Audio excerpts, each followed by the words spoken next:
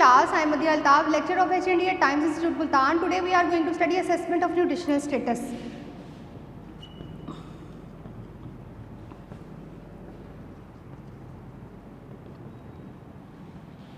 Assessment of nutritional status में आज जो हमने इंपॉर्टेंट टॉपिक स्टडी करना है वो है डाइटरी सप्लीमेंट्स. इसको जो है फर्दर हम फूड सप्लीमेंट्स या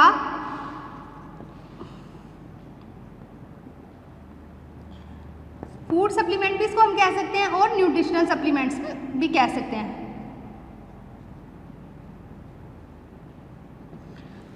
ठीक है, अगर हम डेफिनेशन के पॉइंट ऑफ व्यू से देखें तो डाइटरी सप्लीमेंट की डेफिनेशन क्या है? Products intended to supplement the diet that bear or contain one or more of the following dietary ingredients.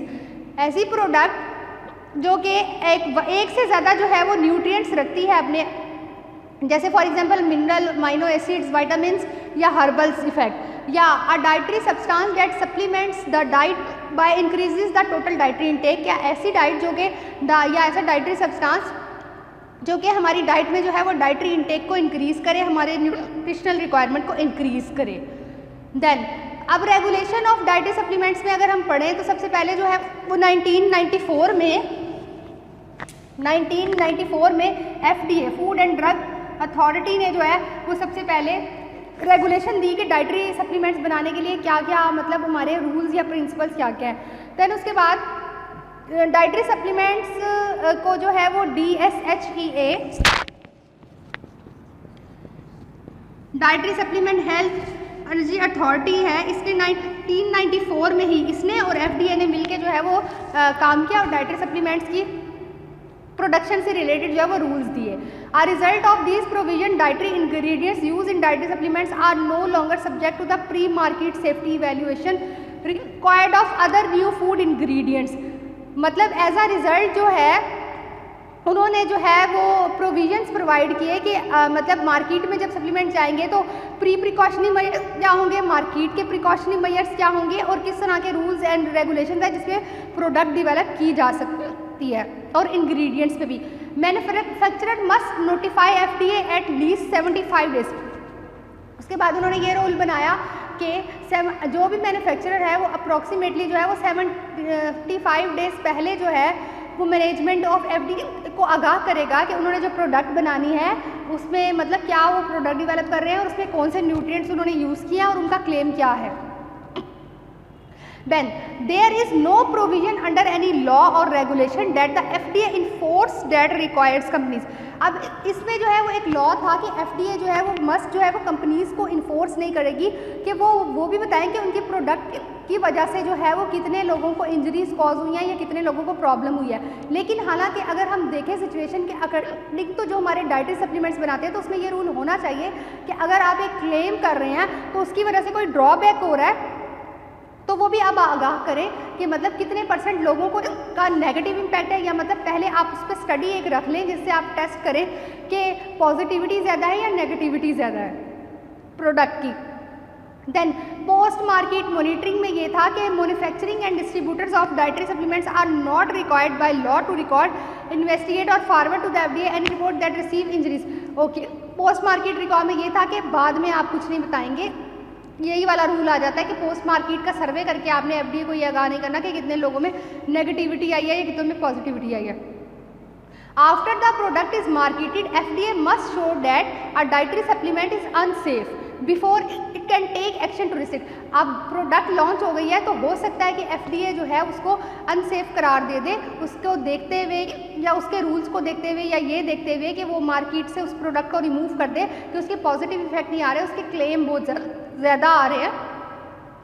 Then अब द 3 टाइप्स ऑफ क्लेम्स आ जाते हैं. अब जब भी हम डाइटरी सप्लीमेंट्स की बात करते हैं हमारे पास मेजर बहुत से किस्म के जो है वो डाइटरी सप्लीमेंट्स होते हैं मार्केट में जो कि हम टैबलेट की फॉर्म में यूज़ करते हैं, जेल फॉर्म में यूज़ करते हैं, पाउडर फॉर्म में यूज़ करते हैं और मल्टी कैप्सूल्स फॉर्म में यूज़ करते हैं. तो अब जब हम मार्केट में कोई सप्लीमेंट आया है उन्होंने तो मैन्युफैक्चरर ने क्लेम कर दिया कि मार्केट में जो है ये सप्लीमेंट आ रहा है, इसका ये रोल है, इस तरह इसका बेनिफिट है. तो अब जब FDA या DSHEA जो हमारा है dietary dietary supplement health energy authority वो हमें जो है वो किस तरह से जो है वो बताएगी कि ये प्रोडक्ट लेनी है या नहीं लेनी, तो उस पर जो है वो कुछ कस्टमर फीडबैक वहाँ पे आ जाता है। कस्टमर फीडबैक क्या होगा? हेल्थ क्लेम होगा। 3 तरह के हमारे पास हेल्थ क्लेम होते हैं। हेल्थ क्लेम को हम वैसे प्रीवियस लेक्चर में भी डिटेल स्टडी कर चुके हैं, लेकिन हम अगेन एक दफ़ा देख देते हैं कि हेल्थ क्लेम क्या होता है। ठीक है, बात करते हैं हेल्थ क्लेम की।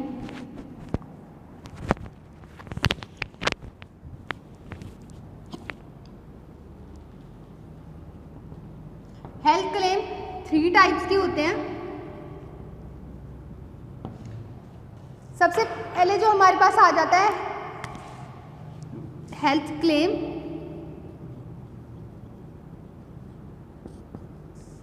सेकेंडली जो हमारे पास आ जाता है वो है न्यूट्रिशनल कंटेंट क्लेम,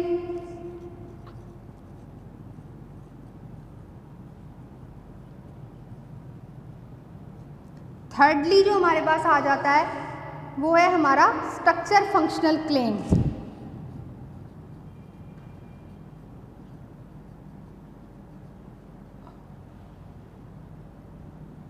ठीक है, अगर हम देखें हेल्थ क्लेम क्या है, हेल्थ क्लेम है प्रिवेंट एक्नी। एक स्टेटमेंट है, ठीक है। फॉर एग्जांपल अगर प्रिवेंट एक्नी लिखा है किसी सोप पे, किसी फेस वॉश पे, और उससे आपके एक्नी जो है वो ट्रीट नहीं हो रहे, इंक्रीज हो रहे हैं या वैसे के वैसे हैं, तो आप उस पर क्लेम कर देते हो कि उसने हेल्थ क्लेम कहा था प्रिवेंट एक्नी, और इस प्रोडक्ट से जो है एक्नी प्रिवेंट नहीं हुई, तो आप क्विकली क्लेम कर सकते हो। न्यूट्रिएंट कंटेंट क्लेम क्या है? रिड्यूस फैट, लो कोलेस्ट्रॉल। ठीक है, अगर तो जो है उससे फैटी आपका इंक्रीज हो रहा है, ठीक है, लिपिड प्रोफाइल में आप चेक कर लेते हैं डेस्क पर आगे, अगर फैट कंटेंट आपका इंक्रीज हो रहा है तो आप क्लेम कर देते हैं कि ये लो कोलेस्ट्रॉल भी नहीं है, फैट रिड्यूस भी नहीं कर रहे।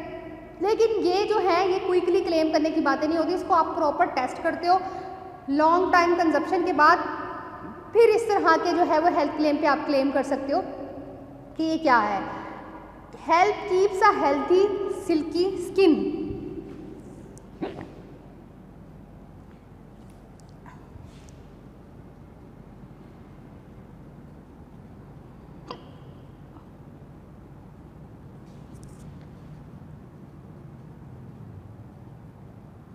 ये जो है वो स्ट्रक्चर और फंक्शनल हो गए।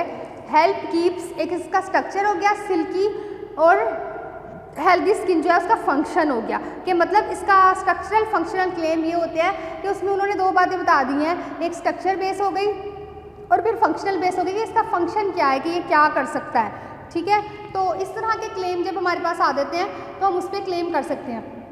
अब अगर हेल्थ क्लेम है FDA approve required based on FDA scientific review और authoritative statement from US government body और the national academy of science. Health claim जो है वो FDA ने मंजूर की, उन्होंने कहा कि वाकई ही अगर इस पैमाने पे जो है ये प्रॉब्लम आ सकते हैं सप्लीमेंट में, तो इस तरह के आप सप्लीमेंट पे जो है वो क्लेम कर सकते हैं। देन उसके बाद अप्रूव्ड हेल्थ क्लेम हमारे पास कौन कौन से आ गए। Number 1 high folic acid diet prevent neural tube defects. ये एक स्टेटमेंट है, ठीक है। अगर तो जाहिर सी बात है ये हमारे पास, ठीक है, अब प्रोडक्ट बना रहे हैं, यहाँ हम बात कर रहे हैं कि FDA ने जो है वो कोई भी डाइटरी सप्लीमेंट बनाने के लिए जो है वो हम हेल्थ क्लेम जो करते हैं उसके लिए हमें पहले मंजूरी दी कि ये 3 टाइप के हेल्थ क्लेम हैं जो आप अपनी प्रोडक्ट डेवलप कर रहे हो तो आप उसके ऊपर लिख सकते हो, आपको परमिशन है। हेल्थ क्लेम थे, अब सबसे पहले 3 टाइप के जो है वो क्लेम कर सकते थे, हेल्थ क्लेम भी कर सकते हो, न्यूट्रिएंट कंटेंट क्लेम भी कर सकते हो, स्ट्रक्चर फंक्शनल क्लेम भी कर सकते हो। अब जो FDA ने जो है वो मंजूर किए क्लेम उसको हम देख रहे थे, उन्होंने जो है वो स्टेटमेंट जो है वो मंजूर की जिनके वाकई ही साइंटिफिक स्टडीज़ मिलती थी और वो प्रूवन हो पहले से। अब जैसे एक स्टेटमेंट है आपकी, high folic acid diet prevent neural tube defects. Definitely folic acid is required for the two prevent the disorder of neural tube defects. तो जाहिर सी बात है अगर फोलिक एसिड हाई प्रोटीन मतलब फोलिक एसिड डाइट है तो वो प्रिवेंट करेगी न्यूरल ट्यूब डिफेक्ट्स को। Calcium rich diets reduce the osteoporosis. Definitely calcium is necessary for the bone. और अगर जो है वो आप कैल्शियम की कंजप्शन ज़्यादा कर रहे हो तो ऑस्टियोप्रोसिस प्रिवेंट होगा। Diet rich in high fibre product reduce risk of some form of cancer. Definitely fibre is required to prevent the cancer. अगर आप हाई फाइबर डाइट कंज्यूम कर रहे हैं तो आपको कैसे, आपकी वेट मैनेजमेंट रहेगी, आपके मतलब सेल्स प्रॉपर वर्किंग करेंगे, तो किस तरह से आपको मतलब कैंसर प्रिवेंट ही होगा एक हेल्दी पेशेंट में। Low cholesterol, low sodium, low saturated fat diet reduce the CVD। Definitely अगर आप सोडियम का इंटेक भी कम ले रहे हैं और आप लो सोडियम मतलब कोलेस्ट्रॉल डाइट ले रहे हैं तो हार्ट डिजीज़ ऑटोमेटिकली प्रिवेंट होगी। फर्स्ट लेवल पे ये जो है उन्होंने हेल्थ क्लेम मंजूर किए। सेकंड लेवल पे जब वो आ गए तो low sodium diet reduce the risk of high blood pressure. Definitely sodium diet में जो है वो रिड्यूस द नमक आप कम ले रहे हैं, हाइपरटेंशन प्रिवेंट होगा। सोडियम मतलब अदर फूड्स में भी कंट्रोल कर रहे हैं, तो डेफिनेटली जो है वो एक हेल्थ क्लेम है और इसको अप्रूव किया गया। Low fat diet reduce risk of सब टाइप ऑफ कैंसर, ये भी अप्रूव्ड है। सोया प्रोटीन और risk of coronary heart disease. Definitely soya protein जो है वो क्रोनरी हार्ट डिजीज़ के रिस्क को कम करेगी। Potassium risk high blood pressure and stroke. Definitely sodium level जो है वो कम करना है, पोटाशियम लेवल हमने इंक्रीज़ करना है, तो उसकी वजह से हमारी CVD डिजीज़ जो है वो प्रिवेंट करेंगी। तो अगर सोडियम रिच फूड हम ले रहे हैं तो डेफिनेटली वो कार्डियोवास्कुलर डिजीज़ और स्ट्रोक्स को प्रिवेंट करेगी। Dietary sugars and dental caries, positive relationship है। अगर आप डाइटरी शुगर्स ज़्यादा ले रहे हैं डेफिनेटली जो है डेंटल कैरीज हो रही हैं। न्यूट्रिएंट कंटेंट क्लेम, ये जो अभी हम पहले बात कर रहे थे ये हेल्थ क्लेम की बात थी कि क्या पॉजिटिव इंटरेक्शन है उन दोनों क्लेम्स में। एज अ नेगेटिव रिलेशनशिप भी डाल सकते हैं, एज अ पॉजिटिव रिलेशनशिप भी डाल सकते हैं। द न्यूट्रिएंट कंटेंट क्लेम की बात आ जाती है। Regulated by FDA must provide product composition data. उन्होंने क्या कहा कि अगर आप न्यूट्रिएंट क्लेम कोई कर रहे हैं तो आपने एक टेबल बना देना है न्यूट्रिशनल फैक्ट का, कि इसमें एनर्जी, सोडियम जो भी है आपका, अगर आप क्लेम कर रहे हैं कि मतलब high cholesterol, sorry high fibre करते हैं, कोलेस्ट्रोल तो नेगेटिविटी में आ जाएगा, हाई फाइबर कर रहे हैं तो फाइबर कितना है पर सर्विंग कितना है, आप उसकी न्यूट्रिशनल कंपोजिशन लाजमी लिखेंगे। मतलब विटामिन A है और उसके अलावा जो है आयरन है, फाइबर है, कार्ब्स है, जो जो आपके प्रोडक्ट में अवेलेबल है आप उसका एक टेबल बनाएंगे। और इस न्यूट्रिएंट कंपोजिशन के थ्रू उन्होंने ये कहा कि डेफिनेटली उसके ऊपर ये कंपलसरी है कि आप उसकी प्रोडक्ट जो आपने बनाई है उसकी न्यूट्रिशनल कंपोजिशन आपने लाजमी लिखनी है। अच्छा, अब एग्जाम्पल क्या हो जाते हैं। एग्जाम्पल मैंने जैसे अभी आपको बताई कि एक न्यूट्रिशनल टेबल आपका बन जाएगा, कैलोरी फ्री है, लाइट है, रिड्यूस फैट है, हाई फाइबर डाइट है, रिच फाइबर डाइट है, जो भी है तो आपने जो है उसके आगे लिख देना है कि कितनी क्वांटिटी है पर सर्विंग, या इस जार की एनर्जी कितनी है, इस पूरे जार में या इस एक कैप्सूल में कितनी है, ये सब आप लिख देते हो। देन स्ट्रक्चर फंक्शन क्लेम क्या है, no data on efficacy required must include 2 disclaimers. ठीक है कि कोई मतलब स्ट्रक्चरल फंक्शन है तो ये नहीं है कि आपने इसमें कोई स्पेसिफिक डाटा देना है, उसमें आपने क्या करना है 2 डिस्क्लेमर इंट्रोड्यूस करने हैं। 2 डिस्क्लेमर है ना, helps keep healthy silky slim, इसमें 2 डिस्क्लेम आ जाते हैं ना। अब अगर तो डिस्क्लेम आ जाएंगे तो ज़्यादा प्रूव नहीं होगा। अब न्यूट्रिएंट मेटाबॉलिज्म क्या है, एब्जॉर्प्शन, ट्रांसपोर्ट, टारगेट, स्टोरेज। ठीक है, डेफिनेटली एक्सक्रीशन ये आपका होगा कि एब्जॉर्ब कहाँ हो रहा है, ट्रांसपोर्ट कैसे हो रहा है, स्टोर कहाँ हो रहा है, एक्सक्रीटरी क्वांटिटी कितनी है, बायो अवेलेबिलिटी उसकी कितनी है। Consuming higher amount of dietary constituent, अब जब higher amount of dietary supplements ले रहे हैं तो डेफिनेटली उसका ये भी तो एक हो सकता है ड्रॉबैक कि अगर आप डाइट से भी उसे कंज्यूम कर रहे हैं, हायर सप्लीमेंट्स भी कर रहे हैं, तो वो आपकी बॉडी में जाके टॉक्सिसिटी कॉज करे और फर्दर टॉक्सिसिटी सिम्टम्स आना शुरू हो जाए, टॉक्सिसिटी की वजह से डिजीज़ हो जाए, ये भी तो हो सकता है। तो फिर उसके बाद उन्होंने ये कहा कि calcium intake and bone density की अगर हम बात करें तो फॉर एग्जांपल हम कैल्शियम सप्लीमेंट्स लेते चले जा रहे हैं। अब एक रेशो होनी चाहिए ना कि आप अपने दिमाग में रख लें कि पूरा RDA जो है वो एक टैबलेट से कभी ना हो। अगर डेली की रिक्वायरमेंट 1200 mg पर डे है तो आपने इस बात का प्रोडक्ट डेवलपमेंट में ख्याल रखना है कि आप पूरी की पूरी क्वांटिटी अगर टैबलेट से दे रहे हो और वो बंदा दूध भी ले रहा है, अदर मिल्क सोर्सेज भी ले रहा है, ग्रीन लीफ वेजिटेबल भी ले रहा है, तो उसकी बॉडी में कैल्शियम की टॉक्सिसिटी भी तो हो सकती है, टॉक्सिसिटी की वजह से भी बोन डिफॉर्मेशन हो जाएगी। तो इसलिए हमेशा प्रोडक्ट बनाते हुए जो है वो कुछ परसेंट जो है वो पीछे ही रहना चाहिए अपने जनरल RDA से। देन इसी तरह जो है वो उन्होंने food and nutritional board NAH ने जो है वो example of scientific rationale for supplement की जो है वो साइंटिफिक रेशो दी एक विटामिन ई के लिए। There are insufficient data on which to base and recommendation for supplement vitamin A to prevent heart disease for the general population. लेकिन इस पर ऐसा जितना काम ना हो सका कि वो ये बता सके कि क्या चीज़ है, या मतलब पुल सप्लीमेंट्स एंड फिजिकल परफॉर्मेंस या किस तरह का जो है वो डाटा आपका होना चाहिए। सप्लीमेंट्स इन स्पोर्ट्स में फिर आ जाता है, there is no evidence that athletes need more vitamin and mineral than healthy individual. Definitely मतलब इसमें कोई एविडेंस ऐसा सच नहीं है कि एक एथलीट जो है वो डबल सप्लीमेंट लेना शुरू कर दे as compare to healthy man. Healthy man भी क्या कर रहा है, वो एक्टिविटी कर रहा है, ठीक है। एथलीट ने तो कभी कभी खेलना है, उसने रोज़ तो नहीं खेलने चले जाना, या कोई मैच है कुछ है तो एनर्जी पर डिपेंड करता है, कभी एनर्जी लेवल रेज होता है, कभी कम हो जाता है। तो इधर अभी तक कोई एविडेंस बेस्ड स्टडी नहीं है जिसमें ये चीज़ आ जाए। तो सप्लीमेंट्स इन स्पोर्ट्स में है, athletes who restrict their energy intake to comply with professional weight restriction wrestle belt. अब समटाइम क्या होता है कि एथलीट्स हैं, अब कुछ ऐसे भी तो एथलीट्स हैं ना कि कैटेगराइज करें, अब वो रेसलर है, उसने अपना वेट मैनेजमेंट कंट्रोल करना है तो वो अपनी कैलोरिक इनटेक कम करना शुरू हो जाता है कि उसका वेट इतना गेन ना हो। क्रिकेटर्स में भी ये है कि वो वेट गेन हो जाएगा तो वो कैसे फिजिकल एक्टिविटीज़ ज़्यादा करेंगे, तो इसलिए जो है इस चीज़ की भी कोई एविडेंस नहीं है। Possible adverse effect of supplements, अब यही बात मैं अभी कर रही थी कि टॉक्सिसिटी भी तो हो सकती है ना, तो हमेशा डिपेंड करता है कि डोजेज क्या है। जब भी कोई सप्लीमेंट ले रहे हैं तो उसकी डोज को देख के लेना है। न्यूट्रिएंट इंटरएक्शन भी तो हो सकता है ना। फॉर एग्जांपल आपने कोई सप्लीमेंट जो है वो iron and calcium interferes with each other, आपने आयरन के सप्लीमेंट को क्या दिया, दूध के साथ ले लें, न्यूट्रिएंट इंटरेक्शन हुआ, वो बॉडी से एक्सक्रीट आउट हो गया, तो क्या उसने बेनिफिट दिया, मतलब जो डाइट से भी आप न्यूट्रिएंट ले रहे थे वो भी उसके साथ एक्सक्रीट आउट हो गया। बिहेवियर भी हो सकता है, false believe that taking supplement will make up of an healthy lifestyle, sedentary smoking, मतलब उसमें ये है कि ये एक फॉल्स बिलीव है कि सप्लीमेंट लेने से जो है वो अनहेल्दी लाइफस्टाइल जो है वो क्योर हो जाता है, नहीं होता। Risk of supplement use, allergic reactions भी हो सकते हैं, लॉन्ग टर्म इफेक्ट हो सकते हैं, ड्रग न्यूट्रिएंट इंटरेक्शन हो जाता है, न्यूट्रिएंट इंटरेक्शन हो जाता है, इसके अलावा डाइजेशन एब्जॉर्प्शन इफेक्ट करती है। Functional food modified to enhance health और adverse a specific diet related risk, FDA permits health claim if possible. अब फंक्शनल फूड भी जो है वो ऐड करना लग गए एज अ सप्लीमेंट, जो है सप्लीमेंट में जो है वो फंक्शनल फूड ऐड करते हैं, लेकिन ये तो बेनिफिशियल है कि आप कोई फंक्शनल फूड का सप्लीमेंट बना लो, जैसे ऑरेंज जूस में कैल्शियम फोर्टिफाइड कर दो, ऑयल में जो है विटामिन ए और ई को फोर्टिफाइड कर दो, इस तरह ये भी एक सप्लीमेंट हो गई कि फंक्शनल फूड सप्लीमेंटेशन भी आना शुरू हो गई।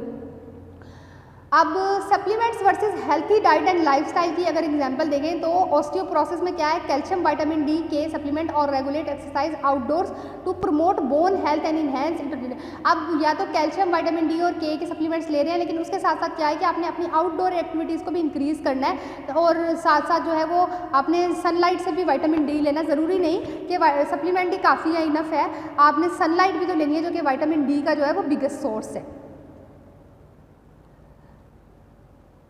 अब इंडिकेटर्स क्या क्या हो जाते हैं, कोई सप्लीमेंट आप ले रहे हैं, या तो जो स्पेसिफिक सप्लीमेंट्स की जो है वो आपकी जो कौन कौन सी एजेस आ जाती हैं, चाइल्डहुड में आप ले सकते हो कि कोई बच्चा है उसकी एक्टिविटी इंक्रीज़ हो रही है, तो जैसे जैसे इंश्योर पीडियाश्योर जैसे आ रहा है, या कोई मतलब ग्रोथ के लिए जैसे आ जाता है कोई सप्लीमेंट, आयरन फोर्टिफाइड सप्लीमेंट है तो वो आप चाइल्डहुड में ले लेते हो, टीनेजर में भी आ जाता है, ठीक है, जब सप्लीमेंट्स ले सकते हो। उसके अलावा प्रेगनेंसी में, लैक्टेशन के दौरान भी ले सकते हैं, ये जो है वो उसके हैं। Pregnancy, lactation, breast feed infant, impair absorption, GIT track disturbance है किसी को एल्डर में, या परसिस्टेंट एनोरेक्सिया रहता है किसी को कि वो डाइट से कंज्यूम नहीं कर सकता, तो उस केस में जो है वो हम प्रिस्क्राइब करते हैं कि उसने डाइटरी सप्लीमेंट लेने हैं, ठीक है। ये जो है वो छोटा सा आज का टॉपिक था कि डाइटरी सप्लीमेंट्स हम लोगों ने देखा कि कब जो है वो डाइटरी सप्लीमेंट्स 1994 में जो है FDA और DHSEA ने जो है वो उसको